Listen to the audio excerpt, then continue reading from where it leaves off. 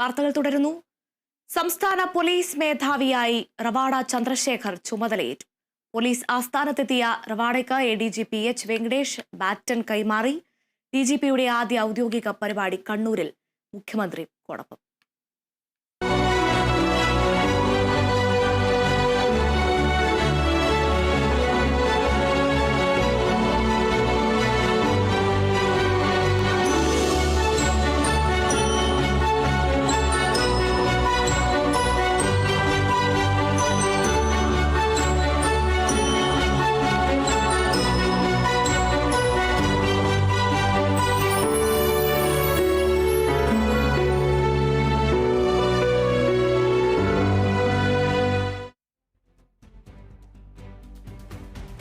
വിവരങ്ങളുമായി D ബിനോയ് ചേരുന്നു.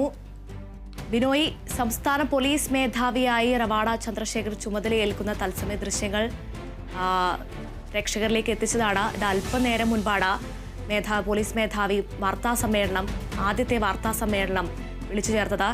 ലഹരിക്കെതിരെ പോരാടും, എല്ലാ പൗരന്മാർക്കും നീതി ഉറപ്പാക്കും, പോരാത്തതിന് സർക്കാരിനോട് നന്ദി പറഞ്ഞുകൊണ്ടാണ് അദ്ദേഹം വാർത്താ സമ്മേളനം ആരംഭിച്ചത് തന്നെ. വിശദാംശങ്ങൾ. ഇന്ന് വെളുപ്പിനാണ് റവാഡ ചന്ദ്രശേഖർ തിരുവനന്തപുരം വിമാനത്താവളത്തിൽ എത്തിയത്. അദ്ദേഹത്തിന്റെ മുതിർന്ന പോലീസ് ഉദ്യോഗസ്ഥർ MR അജിത് കുമാർ ഉൾപ്പെടെയുള്ള മുതിർന്ന IPS ഉദ്യോഗസ്ഥർ അദ്ദേഹത്തെ സ്വീകരിച്ചു. അതിനുശേഷം 7 മണിയോടെ അദ്ദേഹം പോലീസ് ആസ്ഥാനത്തെത്തി. താൽക്കാലിക ചുമതലയുണ്ടായിരുന്ന H വെങ്കടേഷിന്റെ കയ്യിൽ നിന്നും ബാറ്റൺ സ്വീകരിച്ചതോടുകൂടി അദ്ദേഹം സംസ്ഥാനത്തിന്റെ പോലീസ് മേധാവിയായി മാറി. ഒപ്പം അല്പസമയം അദ്ദേഹം മുതിർന്ന ഉദ്യോഗസ്ഥന്മാരുമായി സംസാരിച്ചു. തൊട്ടു പിന്നാലെ അദ്ദേഹം പോലീസ് സ്മൃതി കുടീരത്തിലെത്തി പുഷ്പയക്കം സമർപ്പിച്ചു. അതിനുശേഷം ഗാർഡ് ഓഫ് ഓണറും പരിശോധിച്ചു. അതിന് പിന്നാലെയാണ് അദ്ദേഹം മാധ്യമങ്ങളെ കണ്ടത്. അത് പ്രധാനമായും അദ്ദേഹം പറഞ്ഞ സംസ്ഥാന സർക്കാരിന് നന്ദിയുണ്ട്. കാരണം കേരളത്തിലേക്ക് പോലീസ് മേധാവിയെ എത്താൻ കഴിഞ്ഞതിൽ അദ്ദേഹത്തിന് നന്ദിയും അറിയിക്കുകയും ചെയ്തു. ഒപ്പം അദ്ദേഹം പ്രധാനമായും പറഞ്ഞത് സംസ്ഥാനത്തെ പോലീസ് സ്റ്റേഷനുകളിൽ സാധാരണക്കാരന് കടന്നു വന്ന് പരാതി പറയുന്നതിന് ആവശ്യമായ തരത്തിലുള്ള എല്ലാ സഹായങ്ങളും ചെയ്തു കൊടുക്കും. ഭീതിയില്ലാതെ പോലീസ് സ്റ്റേഷനിലേക്ക് എത്താൻ കഴിയുന്ന തരത്തിലായിരിക്കും കാര്യങ്ങൾ. ഒപ്പം പോലീസ് ഉദ്യോഗസ്ഥർക്ക് ഉണ്ടായിക്കൊണ്ടിരിക്കുന്ന മാനസികമായ സമ്മർദ്ദം അത് ഒഴിവാക്കാൻ നടപടി ഉണ്ടാകും. ഒപ്പം ലഹരി വ്യാപനം തടയുന്നതിന് ഒരു പ്രത്യേക നയം തന്നെ രൂപീകരിക്കുമെന്നും അദ്ദേഹം പറഞ്ഞു. അങ്ങനെ വളരെ ചുരുങ്ങിയ സമയങ്ങൾ കൊണ്ട് തന്നെയാണ് അദ്ദേഹത്തിന്റെ വാർത്താ സമ്മേളനം അവസാനിച്ചതും. ഈ വാർത്താ സമ്മേളനം നടക്കുന്നതിനിടയിൽ ഒരാൾ DGPയുടെ അടുത്തേക്ക് പരാതിയുമായി എത്തിയത് ചില നാടകീയ രംഗങ്ങൾക്ക് വഴിവെച്ചു. അദ്ദേഹം കൈവശമുണ്ടായിരുന്ന കുറെ പേപ്പറുകൾ ഉയർത്തി കാണിച്ച് കഴിഞ്ഞ 30 വർഷമായി തനിക്ക് നീതി ലഭിക്കുന്നില്ല, മുഖ്യമന്ത്രി അടക്കമുള്ളവർക്ക് പരാതി നൽകിയെന്നൊക്കെ പറഞ്ഞ് അദ്ദേഹം DGPക്ക് അടുത്തേക്ക് എത്തിയെങ്കിലും അദ്ദേഹം DGP പിന്നീട് ഇത് പരിശോധിക്കാം എന്ന് പറയുകയാണ്. അതേസമയം മാധ്യമപ്രവർത്തകർക്ക് മാത്രം പ്രവേശനമുണ്ടായിരുന്ന ഹാളിനകത്തേക്ക് ഇത്തരത്തിൽ ഒരാൾ എങ്ങനെ കടന്നുകൂടി എന്നുള്ള കാര്യങ്ങളൊക്കെ പോലീസ് അന്വേഷിക്കുന്നുണ്ട്. ഇദ്ദേഹം എന്തോ പരാതിയുമായി എത്തിയ ഒരു മാധ്യമപ്രവർത്തകൻ എന്നതിനെതിരെയായിരുന്നു അദ്ദേഹം ഹാളിനുള്ളിൽ കടന്നതെന്നാണ് പറയുന്നത്. എന്തായാലും ഇന്നത്തെ അദ്ദേഹം ചുമതലയേറ്റു കഴിഞ്ഞിരിക്കുന്നു. റവാഡ ചന്ദ്രശേഖർ അല്പസമയത്തുള്ളിൽ തന്നെ കണ്ണൂരിലേക്ക് പോകും. മുഖ്യമന്ത്രി സംഘടിപ്പിക്കുന്ന മേഖലാ യോഗത്തിൽ പങ്കെടുക്കുന്നതിന് വേണ്ടിയാണ് അദ്ദേഹം കണ്ണൂരിലേക്ക് പോകുന്നത്. അദ്ദേഹത്തിന്റെ ഔദ്യോഗിക ജീവിതം തുടങ്ങിയതും കണ്ണൂരിലായിരുന്നു. ഇപ്പോൾ പോലീസ് മേധാവിയായിട്ടുള്ള അദ്ദേഹത്തിന്റെ ഔദ്യോഗിക ജീവിതവും അവിടെ തുടങ്ങുന്നു എന്നുള്ളതാണ് ഏറ്റവും വലിയ പ്രത്യേകത. 2-3 ദിവസം മുമ്പാണ് UPSC അവരുടെ അന്തിമ ലിസ്റ്റ്, അതായത് ഈ സംസ്ഥാന പോലീസ് മേധാവിയെ തീരുമാനിക്കുന്ന ലിസ്റ്റ് നൽകിയത്. ആ ലിസ്റ്റിൽ 2ാമത്തെ പേരുകാരനായിട്ടായിരുന്നു റവാഡ ചന്ദ്രശേഖർ കടന്നുകൂടിയിരുന്നു. 1ാമത്തേത് നിതിൻ അഗർവാൾ ആയിരുന്നു, പരിഗണിച്ചില്ല. 2ാമത്തെ പേരുകാരനായ റവാഡ ചന്ദ്രശേഖറിന്റെ പേര് സംസ്ഥാന സർക്കാർ പരിഗണിക്കുകയായിരുന്നു. പക്ഷെ അതിൽ ചില വിയോജിപ്പിന്റെ സ്വരം കണ്ണൂരിലെ പാർട്ടിക്കാർക്കുണ്ടെങ്കിൽ പോലും അത് സർക്കാർ നയത്തിനെ അവർ എതിർക്കുന്നില്ല എന്നൊരു തീരുമാനമാണ് അറിയിച്ചിട്ടുള്ളത്. എന്തായാലും സംസ്ഥാന പോലീസിലെ 41ാമത്തെ മേധാവിയായി റവാഡ ചന്ദ്രശേഖർ ഇന്ന് രാവിലെ ചുമതലയേറ്റു. അജിന. ബിനോയ്, വാർത്താ സമ്മേളനത്തിൽ നാടകീയ രംഗങ്ങളാണ് എല്ലാവരും കണ്ടത്. തുടക്കം തന്നെ വെല്ലുവിളികൾ നിറഞ്ഞ ഒരു സാഹചര്യത്തിലൂടെയാണ് അദ്ദേഹം കടന്നുപോകുന്നത്. നിലവിൽ മേധാവിയായി ചുമതലയേൽക്കുമ്പോൾ അദ്ദേഹത്തിന് മുന്നിലുള്ള പ്രതിസന്ധികൾ എന്തൊക്കെയായിരിക്കും?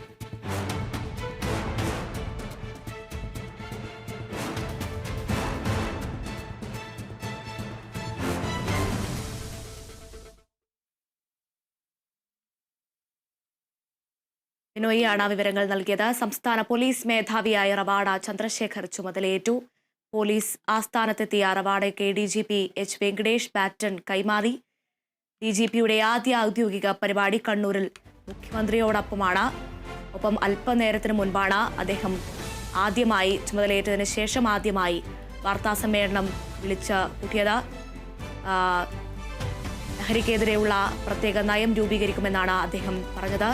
സർക്കാരിന് വലിയ നന്ദി പ്രഖ്യാപിച്ചുകൊണ്ടാണ് അദ്ദേഹം വാർത്താസമ്മേളനം തുടങ്ങിയത് തന്നെ. വാർത്താസമ്മേളനത്തിൽ നാടകീയ രംഗങ്ങളടക്കം ഉണ്ടായിരുന്നു. എങ്ങനെ ആ മാധ്യമപ്രവർത്തകൻ അവിടെ എത്തിയെന്നുള്ളതടക്കം നിലവിൽ അന്വേഷിക്കുകയാണ് പോലീസ് സംഘം. വലിയ രീതിയിലുള്ള വെല്ലുവിളി തുടങ്ങിയിട്ടാണ് അദ്ദേഹം ചുമതലയേറ്റിരിക്കുന്നത്. ബിനോയിയുണ്ട്. ബിനോയ്, വലിയ രീതിയിലുള്ള നാടകീയ രംഗങ്ങളാണ് വാർത്താസമ്മേളനത്തിൽ നാം അടക്കം കണ്ടത്. ഇത്തരത്തിൽ വെല്ലുവിളികൾ ഒപ്പമാണ് അദ്ദേഹത്തിൻ്റെ ആദ്യം ചുമതലയേറ്റതിന് ശേഷമുള്ള ഒരു നാടകീയ രംഗങ്ങളാണ് ഇപ്പോൾ പ്രേക്ഷകർ കണ്ടത്. നിലവിൽ സംസ്ഥാനത്ത് അദ്ദേഹം അനുഭവിക്കേണ്ട പ്രതിസന്ധികൾ എന്തൊക്കെയായിരിക്കാം? ആദ്യം നേരത്തെ പറഞ്ഞ നാടക രംഗങ്ങളിലേക്ക് പോകാം. അതായത് വാർത്താ സമ്മേളനം തുടങ്ങി മാധ്യമപ്രവർത്തകർ ചോദ്യങ്ങൾ പോലീസ് മേധാവിയോട് ചോദിച്ചു തുടങ്ങിയ സമയത്താണ് മാധ്യമപ്രവർത്തകർക്കൊപ്പം ഉണ്ടായിരുന്ന ഒരാൾ, അദ്ദേഹം മാധ്യമപ്രവർത്തകനല്ല, പുറത്തു നിന്ന് മാധ്യമപ്രവർത്തകനായി നടിച്ച് ഈ വാർത്താ സമ്മേളന ഹാളിനുള്ളിലേക്ക് കടന്നുകൂടിയതാണ്. അദ്ദേഹം DGP അടുത്തേക്ക് ചെന്നിട്ട് കഴിഞ്ഞ 30 വർഷമായി നീതി ലഭിക്കാത്ത ഒരു മനുഷ്യനാണെന്നും തന്റെ പ്രശ്നങ്ങൾ മുഖ്യമന്ത്രിക്ക് അടക്കം പരാതിയായി നൽകിയിട്ടും പോലീസിന്റെ ഭാഗത്ത് നീതി ലഭിക്കുന്നില്ല എന്നുള്ള ഒരു പരാതിയുമായി അദ്ദേഹം ചെന്നെങ്കിലും അദ്ദേഹത്തെ ഉയർന്ന പോലീസ് ഉദ്യോഗസ്ഥർ ഇടപെട്ടുകൊണ്ട് അവിടെ നിന്ന് മാറ്റുകയായിരുന്നു. സാധാരണഗതിയിൽ ഇത്തരത്തിൽ ഉള്ള അല്ലെങ്കിൽ DGPയെ പോലുള്ള ആളുകളുടെ വാർത്താ സമ്മേളന സ്ഥലങ്ങളിലൊക്കെ തന്നെ മാധ്യമപ്രവർത്തകരെ അല്ലാതെ മറ്റാരെയും പ്രവേശിപ്പിക്കുന്ന പതിവില്ല. മറ്റാർക്കും അവിടെ കടക്കാനും കഴിയില്ല. നമ്മൾ നേരത്തെ കണ്ടതാണ്. DGP ചുമതലയേൽക്കുന്ന സമയത്ത് പോലും അദ്ദേഹത്തിന്റെ മുറിയിലേക്ക് മാധ്യമപ്രവർത്തകർക്ക് പ്രവേശനം ഉണ്ടാകില്ല. ദൃശ്യങ്ങൾ അവർ തരുന്ന ദൃശ്യങ്ങളാണ് സാധാരണഗതിയിൽ നമുക്ക് ഉപയോഗിക്കാൻ കഴിയുക. പിന്നെ എങ്ങനെയാണ് ഇത്തരത്തിൽ ഒരാൾ ഈ വാർത്താ സമ്മേളനം നടക്കുന്ന ഹാളിലേക്ക് എത്തി എന്നുള്ള കാര്യം പോലീസ് പരിശോധിക്കുന്നുണ്ട്. അദ്ദേഹത്തിന് മാനസികമായ എന്തെങ്കിലും പ്രശ്നമുണ്ടോ, അതോ ഈ പരാതി അദ്ദേഹം പറയുന്നതിൽ എന്തെങ്കിലും കഴമ്പുണ്ടോ എന്ന കാര്യങ്ങളൊക്കെയാണ് പോലീസ് അന്വേഷിക്കുന്നത്. എന്തായാലും ഇതൊരു പോലീസിനുണ്ടായ ഒരു വീഴ്ചയായിട്ട് ആണ് കണക്കാക്കപ്പെടുന്നത്. കാരണം സാധാരണഗതിയിൽ മാധ്യമപ്രവർത്തകർ മാത്രം പങ്കെടുക്കുന്ന ഒരു സ്ഥലത്തേക്ക് ഇത്തരത്തിൽ ഒരാൾ കടന്നുകൂടിയതാണ് പോലീസിനെ വല്ലാതെ വിഷമഘട്ടത്തിൽ എത്തിച്ചിരിക്കുന്നത്. ഇത്തരം ഒരു നാടകീയ രംഗങ്ങൾ ഒഴിവാക്കാൻ പോലീസിന് കഴിഞ്ഞില്ല എന്നുള്ളതാണ് മറ്റൊരു കാര്യം എടുത്തു പറയേണ്ടതാണ്. ഇനി അദ്ദേഹത്തെ സംബന്ധിച്ചോളം 1991 ബാച്ചിലെ IPS ഉദ്യോഗസ്ഥനാണ്. 1994 കൂത്തുപറമ്പിലാണ് അദ്ദേഹത്തിന്റെ ഔദ്യോഗികമായുള്ള ഒരു ചുമതലക്കാരനായി അദ്ദേഹം എത്തപ്പെടുന്നത്. ചുമതലയേറ്റ് വളരെ ചുരുങ്ങിയ ദിവസത്തിനുള്ളിൽ തന്നെ 5 DYFI പ്രവർത്തകരുടെ ജീവൻ നഷ്ടമായ കൂത്തുപറമ്പ് വെടിവെപ്പ് നടക്കുന്നു. അന്ന് കൂത്തുപറമ്പ് വെടിവെപ്പിന് കാരണക്കാരായ റവന്യൂ ഉദ്യോഗസ്ഥരുടെയും പോലീസ് ഉദ്യോഗസ്ഥരുടെയും കൂട്ടത്തിൽ ഇദ്ദേഹത്തിന്റെ പേര് കൂടി ചേർത്ത് കൊലക്കുറ്റത്തിലെ കേസെടുക്കണമെന്ന തരത്തിൽ വലിയ തരത്തിലുള്ള ആരോപണങ്ങളും അദ്ദേഹത്തിന് എതിരെ വലിയ തീരത്തിലുള്ള പരാതികളും ഒക്കെ ഉയർന്നെങ്കിലും പിന്നീട് അത് കോടതിയിൽ എത്തിയപ്പോഴേക്കും ആ കേസ് അദ്ദേഹത്തെ സർക്കാർ ഉദ്യോഗസ്ഥ നിലയ്ക്ക് മനഃപൂർവ്വമല്ലാതെ ചെയ്ത ആണ് എന്ന തരത്തിലുള്ള കാര്യങ്ങൾ വാദിച്ചതോടെ അദ്ദേഹത്തെ ഒഴിവാക്കുകയായിരുന്നു. പിന്നീട് അദ്ദേഹം ഏറെ നാളില്ലായിരുന്നു. ഇനി നമ്മൾ മനസ്സിലാക്കേണ്ടത് അദ്ദേഹത്തിന്റെ കാലാവധി അടുത്ത വർഷം 2026 ഓഗസ്റ്റിൽ അവസാനിക്കുമെങ്കിലും സുപ്രീം കോടതിയുടെ നയവും നിയമവും അനുസരിച്ച് അദ്ദേഹത്തിന്റെ കാലാവധി നീട്ടിക്കൊടുക്കാൻ സംസ്ഥാന സർക്കാരിന് അധികാരമുണ്ട്. അതനുസരിച്ച് അദ്ദേഹത്തിന് 2027 ജൂലൈ വരെ സംസ്ഥാനത്ത് പോലീസ് മേധാവിയായി തുടരാൻ കഴിയും. ഇതിനിടയിൽ അദ്ദേഹത്തിന് മുന്നിലേക്ക് എത്തുന്നത് 2 തെരഞ്ഞെടുപ്പുകളാണ്. ഒപ്പം ഒരു പക്ഷേ ആ 2 തെരഞ്ഞെടുപ്പുകളുടെയും ഈ ക്രമസമാധാന പാലനവുമായി ബന്ധപ്പെട്ട വലിയ തരത്തിലുള്ള പ്രശ്നങ്ങൾ ഉണ്ടാവും. അതിൽ പ്രധാനം തദ്ദേശഭരണ സ്ഥാപനങ്ങളിലേക്കുള്ള തെരഞ്ഞെടുപ്പാണ് ആദ്യം നടക്കുന്നത്. അത് സംസ്ഥാന തലത്തിൽ വലിയൊരു വെല്ലുവിളി ആണെങ്കിൽ പോലും അത് കൃത്യമായി നടത്താൻ കഴിയുമെന്നുള്ളൊരു പ്രതീക്ഷ അദ്ദേഹത്തിനുണ്ട്. ഒപ്പം രണ്ടാമത് വരുന്നത് സംസ്ഥാന നിയമസഭയിലേക്കുള്ള തെരഞ്ഞെടുപ്പാണ്. അവിടെ എത്തുമ്പോഴേക്കും ഏതെങ്കിലും കാരണവശാൽ ഭരണമാറ്റം ഉണ്ടാകുമോ, അല്ലെങ്കിൽ അതുമായി ബന്ധപ്പെട്ടുള്ള കാര്യങ്ങളൊക്കെ തന്നെ വലിയ തരത്തിൽ ചർച്ചയായിക്കൊണ്ടിരിക്കുന്ന ഒരു സാഹചര്യമുണ്ട്. രാഷ്ട്രീയപരമായ ചില പ്രശ്നങ്ങളൊക്കെ ഉള്ള സാഹചര്യങ്ങൾ വരാനുണ്ട്. അപ്പൊ ഇത്തരത്തിൽ 2 തെരഞ്ഞെടുപ്പുകളാണ് ഈ DGPയുടെ മുന്നിലൂടെ കടന്നു പോകാൻ പോകുന്നത് കൊണ്ട് തന്നെ വളരെ ഉത്തരവാദിത്വം നിറഞ്ഞ ഒരു ജോലിയിലേക്ക് അദ്ദേഹത്തിന് കടക്കേണ്ടി വരും എന്നുള്ള വിവരങ്ങളാണ് നമുക്ക് ലഭ്യമാക്കുന്നത്. എന്തായാലും അദ്ദേഹം ഒരു കാര്യം വ്യക്തമായി പറഞ്ഞിരിക്കുന്നു. സാധാരണക്കാരന് ഭീതി കൂടാതെ പോലീസ് സ്റ്റേഷനുകളിലെത്തി പരാതികൾ പറയുന്നതിനും ഒപ്പം നീതി ലഭ്യമാക്കുന്നതിനുള്ള നടപടികൾ എടുക്കും എന്നുള്ള കാര്യം അദ്ദേഹം വ്യക്തമാക്കിയിട്ടുണ്ട്. അതുപോലെ തന്നെ പോലീസുകാർ സാധാരണഗതിയിൽ ഏറ്റവും കൂടുതൽ പരാതി ഉയർന്നു വരുന്നത് പോലീസുകാരുടെ മാനസിക സമ്മർദ്ദമാണ്. അധിക സമയ ഡ്യൂട്ടിയും ഒപ്പം അവരുടെ ഡ്യൂട്ടിയുമായി ബന്ധപ്പെട്ട് ഉണ്ടാകുന്ന ട്രാൻസ്ഫറുകളും ഒക്കെ തന്നെ പലപ്പോഴും പല ആവർത്തി പോലീസുകാരുടെ ആത്മഹത്യക്ക് വരെ തന്നെ വഴിവെച്ച ഒരു സാഹചര്യം സംസ്ഥാന പോലീസ് സേനയിലുണ്ട്. അത് കൂടി കണക്കിലെടുത്തുകൊണ്ട് പോലീസ് സേനയിലെ സേനാംഗങ്ങളുടെ മാനസിക സമ്മർദ്ദം ഒഴിവാക്കുന്നതിന് ഒരു നയപരമായ തീരുമാനം ഉണ്ടാകും എന്നുള്ളതാണ്. അത്തരത്തിലുള്ള കാര്യങ്ങൾ ഉൾപ്പെടെ അദ്ദേഹം വളരെ വ്യക്തമായി അദ്ദേഹം മാധ്യമങ്ങളോട് പങ്കുവച്ചു. അജിന, ബിനോയ്, എല്ലാ പൗരനും നീതി നടപ്പിലാക്കുമെന്ന് പറയുമ്പോഴും 30 വർഷമായി നീതി ലഭിച്ചില്ല എന്ന് പറഞ്ഞിട്ടാണ് വാർത്താ സമ്മേളനത്തിനിടയിൽ ആ വ്യക്തിയുടെ നാടകീയ രംഗങ്ങൾ കണ്ടത്. തുടക്കം തന്നെ ഇത്തരത്തിൽ സുരക്ഷാ വീഴ്ച സംഭവിച്ചോ, ഇത്തരത്തിൽ മാധ്യമപ്രവർത്തകർക്ക് മാത്രം പ്രവേശനമുള്ള സ്ഥലത്ത് എങ്ങനെ ഈ വ്യക്തി ഇവിടെ വന്നു, ഇതിന് പിന്നിൽ മറ്റെന്തെങ്കിലും ഗൂഢാലോചനയുണ്ടോ, അതോ ഈ വ്യക്തിയുടെ പ്രശ്നം ഗുരുതരമാണോ എന്നതടക്കമുള്ള കാര്യങ്ങൾ പരിശോധിക്കേണ്ടിയിരിക്കുന്നു അല്ലേ? അതായത് സാധാരണഗതിയിൽ പോലീസ് ആസ്ഥാനത്തേക്ക് പ്രവേശിക്കണമെങ്കിൽ സുരക്ഷാ പരിശോധനകൾ വിധേയമാകണം. മാധ്യമപ്രവർത്തകരാണെങ്കിൽ ഐഡന്റിറ്റി കാർഡ് കാണിക്കണം. അങ്ങനെ മാത്രമാണ് കയറ്റിവിടുന്നത്. ഇന്ന് അദ്ദേഹം ചുമതലയേൽക്കുന്ന ദിവസമായതുകൊണ്ട് തന്നെ ഗൗരവപരമായ ഒരു അല്ലെങ്കിൽ കാര്യമായ പരിശോധനകൾ ഒഴിവാക്കിയിരുന്നു. ഐഡന്റിറ്റി കാർഡ് പരിശോധനയോ അല്ലെങ്കിൽ മറ്റു തരത്തിൽ നമ്മുടെ ക്യാമറ ഉൾപ്പെടെയുള്ള പരിശോധിക്കുന്ന കാര്യങ്ങളൊക്കെ ഒഴിവാക്കിയിരുന്നു.